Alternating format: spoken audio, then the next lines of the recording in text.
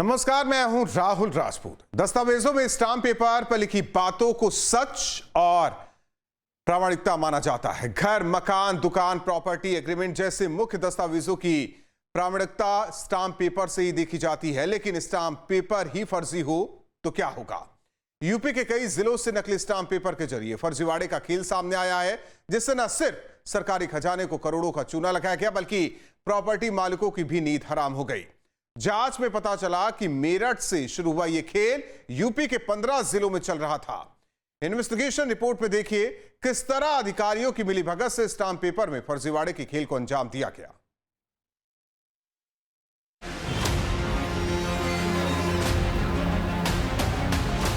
Stamp paper, जिसे प्रामाणिकता का प्रतीक माना जाता है, स्टाम्प पेपर जिस पर लिखी बातों को दस्तावेज के तौर पर मान्यता दी जाती है, लेकिन यूपी में अफसरों, कर्मचारियों और रजिस्ट्री करने वाले वकीलों ने मिलकर स्टाम्प पेपर में ही घोटाला कर दिया।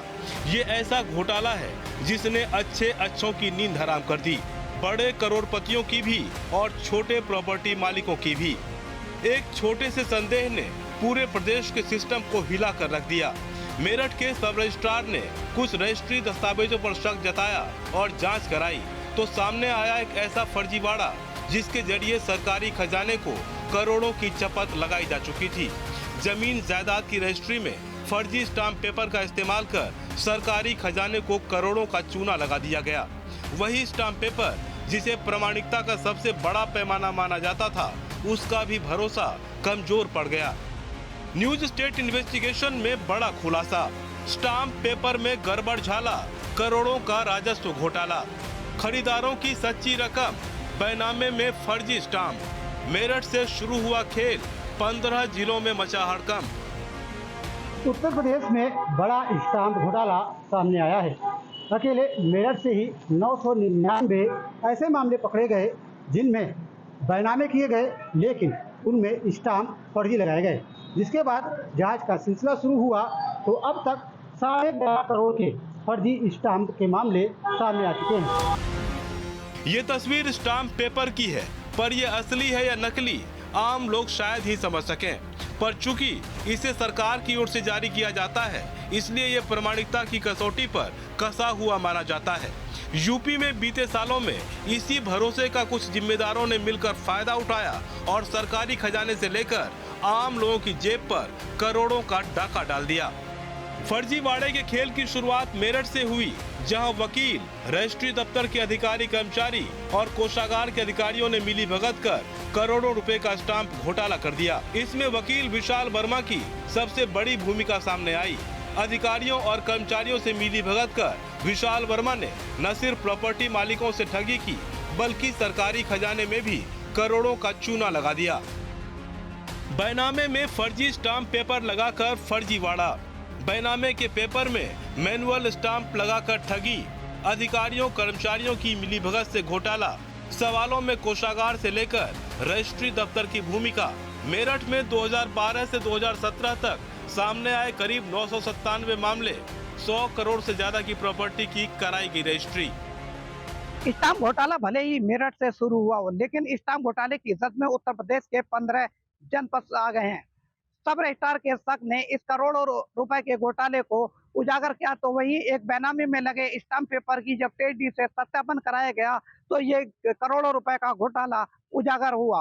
हालांकि स्टाम्प घोटाले का मुख्य आरोपी विशाल वर्मा सलाखों के पीछे है। 1577 बेनामी ऐसे पाए गए हैं जिनमें फर्जी स्टाम्प पेपर लगाए गए थे। मेरठ में फर्जी स्टाम्प की बात सामने आई तो लोग सरकारी दफ्तरों के चक्कर काटने लगे, जिसके बाद मामले की जांच शुरू हुई। जांच के दौरान पहली रिपोर्ट कानपुर से तलब की गई। कानपुर, जहां ट्रेजरी का दफ्तर है। साल 2020 से 2023 के 999 बेनामों की जांच में मिले 7.5 करोड़ रुपए के संदिग्ध स्टाम्प पेपर। शासन ने मामले में कानपुर ट्रेजरी से रिपोर्ट मांगी। कानपुर ट्रेजरी ने रिपोर्ट में 15 जिलों की सूची सौंपी। सूची में सहारनपुर, मुरादाबाद, मेरठ और बरेली जिले भी शामिल। रिपोर्ट में स्टाम्प पेपरों के नंबर भी दर्ज किए गए। जिलों की ट्रेजरी से मांगे गए स्टाम्प जारी कराने वालों के नाम, पते और मोबाइल नंबर के जरिए आगे बढ़ी जांच। कानपुर ट्रेजरी के मुख्य कोषाधिकारी विनोद कुमार सिंह ने बताया कि मामले में रिपोर्ट मंगवाई गई थी, जिसे तय समय पर भेज दिया गया है। कुछ फर्जी स्टाम्प्स का मामला सामने आया था, उसके बाद कानपुर से रिपोर्ट मांगी गई थी। क्या ये मामला था और क्या आप लोगों ने? हाँ, कुछ माह पहले जो ये मेरे संज्ञान में आया था और वहाँ की ट्रेजरियों से जो सूचना मांगी गई थी, तत्समय उनको ये सूचना दे दी गई है। बाकी स्थिति वहाँ के लोग बता सकते हैं। मेरठ से उठा ये मामला जैसे ही सहारनपुर, मुरादाबाद और बरेली तक पहुंचा, वहां के रजिस्ट्री कार्यालयों में भी हड़कंप मच गया। जिन जिलों को अब तक केवल सुन कर ही शक था, वहां के अधिकारियों के चेहरों पर चिंता की लकीरें साफ दिखने लगी। लोग कहने लगे, अगर मेरठ में 11 करोड़ की चपत सामने आ चुकी है, तो बाकी जिलों में कितनी बड़ी गड़बड़ी छिपी हो सकती है। इस मामले में लगातार जांच चल रही है, क्योंकि स्टाम्प कानपुर की ट्रेजरी से जारी किए जाते हैं। तो ऐसे में कानपुर ट्रेजरी से एक रिपोर्ट तलब की गई। मुख्य कोषाधिकारी का कहना है कि उनसे जो जानकारी मांगी गई थी वो उपलब्ध करा दी गई है। देखना ये होगा इस घोटाले के तार कहां तक फैले हुए हैं और जब कार्रवाई होगी तो कौन कौन से लोग इसकी जद में आएंगे। रिपोर्ट के मुताबिक फर्जी स्टाम्प के इस घोटाले को सुनियोजित तरीके से अंजाम दिया गया। जो स्टाम्प पेपर जारी करने वाले जिलों के कोषागार कर्मचारी, रजिस्ट्री दफ्तर के अधिकारी कर्मचारी की मिलीभगत के बिना संभव ही नहीं है। रिपोर्ट के मुताबिक फर्जी स्टाम्प पेपर का 3 तरीके से जुगाड़ होता था। पहला तरीका, किसी ने स्टाम्प पेपर खरीदा, इस्तेमाल नहीं हुआ तो उसे साफ करवाकर सब रजिस्ट्रार से मिलीभगत कर दोबारा इस्तेमाल किया जाता था। दूसरा तरीका, कोषागार के कर्मचारी से मिलीभगत कर इस्तेमाल नहीं हुए स्टाम्प पेपर की कॉपी जमा कराते और ओरिजिनल पेपर दोबारा इस्तेमाल कर लेते थे। तीसरा तरीका, बैंकों में मॉर्गेज डीड के लिए इस्तेमाल में लाए जाने वाले स्टाम्प पेपर को साफ करवाकर दोबारा इस्तेमाल किया जाता था। सहारनपुर और मुरादाबाद के रजिस्ट्री दफ्तरों में पुराने रिकॉर्ड खंगाले जा रहे हैं। बरेली की ट्रेजरी से लगातार सूचनाएं मांगी जा रही हैं। मेरठ तो पहले ही इस घोटाले की जड़ में है, लेकिन अब इन जिलों में भी संदेह की छाया गहरी हो गई है। अकेले सहारनपुर जिले की बात करें तो साल 2015-16 से लेकर अब तक लाखों बैनामे हुए हैं। साल 2015-16 में 36,411 बैनामे हुए। साल 2016-17 में 29,728, साल 2017-18 में 30,632, साल 2018-19 में 36,925, साल 2019-20 में 39,015, साल 2020-21 में 42,522, साल 2021-22 में 52,634, साल 2022-23 में 67,783, साल 2023-24 में 75,369 और साल 2024-25 में जनवरी तक 64,126 बैनामे हुए हैं।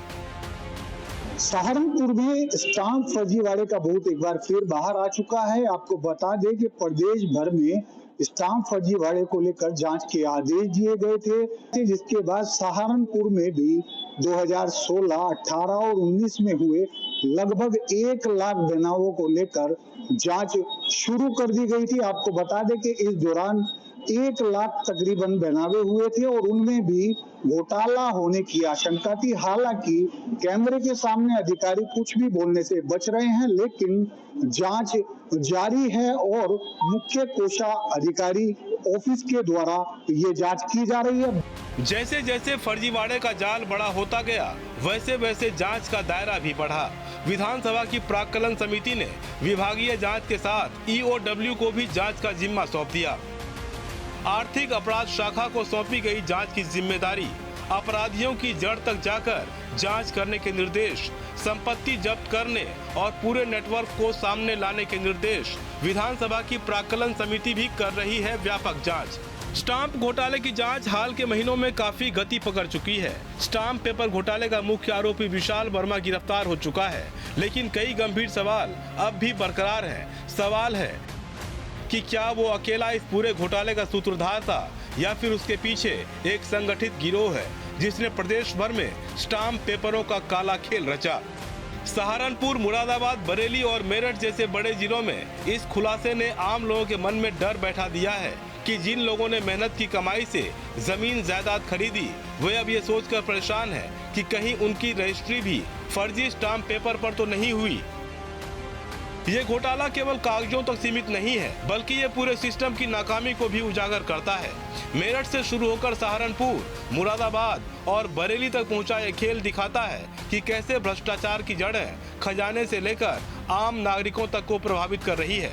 अब सबकी नजर कानपुर ट्रेजरी की रिपोर्ट और आर्थिक अपराध शाखा की जांच पर टिकी है, जिससे यह साफ होगा कि असल में फर्जीवाड़े का यह खेल कितना गहरा है और सरकारी खजाने को कितनी चपत लगी है।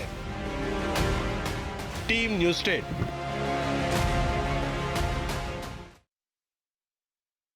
हालांकि अगर जांच तो कई अधिकारी और कर्मचारी इस पूरे मामले में फंसेंगे, क्योंकि मेरठ से शुरू हुआ यह खेल यूपी के 15 अलग अलग जिलों में चल रहा है। समझा जा सकता है कि किस तरीके से इस पूरे गड़बड़ झाले को अंजाम दिया गया। आपको बता दें कि यह पूरा मामला बिना अधिकारियों और कर्मचारियों की मिलीभगत से संभव नहीं है। और वहीं रजिस्ट्री दफ्तर, कोषागार विभाग ये सवालों के घेरे में है, तो करोड़ों का यह गड़बड़ झाला हुआ है। 15 जिलों में यह जाल कैसे फैला हुआ है, कौन कौन इसके पीछे, यह भी जानना बेहद जरूरी होगा। 5, 10, 15, 20, 25 हजार के स्टाम्प का इस्तेमाल किया गया है, तो फर्जी तरीके से जमीनों की लिखाई, इसके अलावा कोई समझौता, ये तमाम चीजें होती है स्टाम्प पेपर पर। लेकिन जब वही स्टाम्प पेपर फर्जी निकले तो फिर क्या कहा जाए। और ऐसे में सबसे बड़ा सवाल राजस्व को लेकर, क्योंकि 2016, 18 और 2019 में जहां जहां बैनामे हुए, रजिस्ट्री हुई पेपर का, स्टाम्प पेपर का, अब उसे जांचना परखना बेहद जरूरी हो गया है। सोचिए, जिन्होंने रजिस्ट्री कराई होगी अपने मकानों, अगर ये पेपर उसमें यूज होंगे, ये फर्जी स्टाम्प पेपर उसमें इस्तेमाल हुए होंगे, तो ऐसे में उनके ऊपर क्या बीतेगी। कहीं किसी ने जमीन लिखवाया होगा, उनके ऊपर क्या बीतेगी।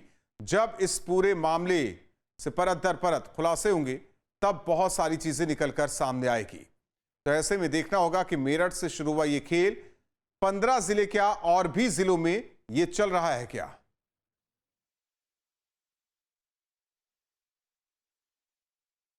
बढ़ते आगे, कानपुर में सनसनीखेज वारदात। तो बड़ी खबर आपको बता रहे, कानपुर से चाय में नशा देकर 25 लाख की लूट की गई। 3 किन्नरों ने वारदात को अंजाम दिया। पूरे परिवार को नशीला पदार्थ दिया गया, बेहोश किया गया। बेहोशी का फायदा उठाकर लाखों का कैश, जेवरात चोरी। मुख्य आरोपी का नाम चांदनी बताया जा रहा है। तो बड़ी खबर आपको बता रहे, कानपुर से सनसनीखेज वारदात। चाय में नशा देकर 25 लाख की लूट की गई है। 3 किन्नरों ने वारदात को अंजाम दिया। पूरे परिवार को नशीला पदार्थ पिलाकर बेहोश किया और बेहोशी का फायदा उठाकर लाखों का कैश, जेवरात चोरी। मुख्य आरोपी का नाम चांदनी बताया जा रहा है।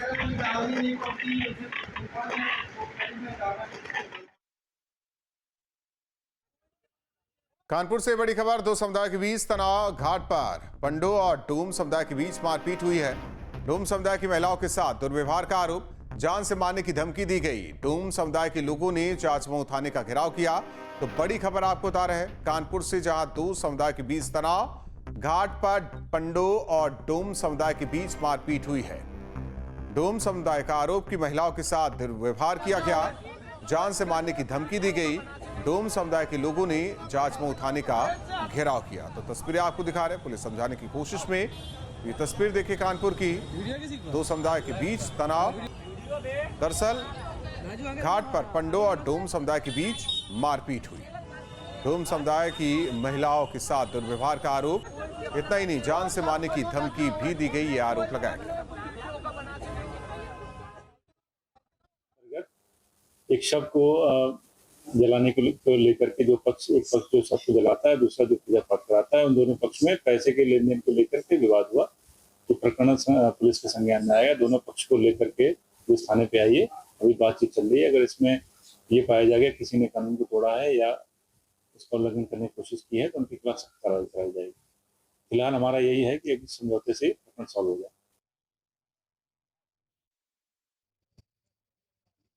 मुरादाबाद से बड़ी खबर, ग्रोथ सेंटर के जंगलों में पकड़ा गया तेंदुआ। वन विभाग ने किया तेंदुए का रेस्क्यू। पिछले कई महीनों से तेंदुए का आतंक था। ग्रामीणों की शिकायत पर लगातार हो रही थी सर्चिंग। तेंदुए के पकड़े जाने की खबर से ग्रामीणों ने राहत की सांस ली है। तो बड़ी खबर आपको बता रहे हैं मुरादाबाद से, जहां ग्रोथ सेंटर के जंगलों में पकड़ा गया तेंदुआ। वन विभाग ने तेंदुए का रेस्क्यू किया है। पिछले कई महीनों से था तेंदुए का आतंक। ग्रामीणों की शिकायत पर लगातार हो रही थी सर्चिंग। तेंदुए के पकड़े जाने की खबर से ग्रामीणों ने राहत की सांस ली है।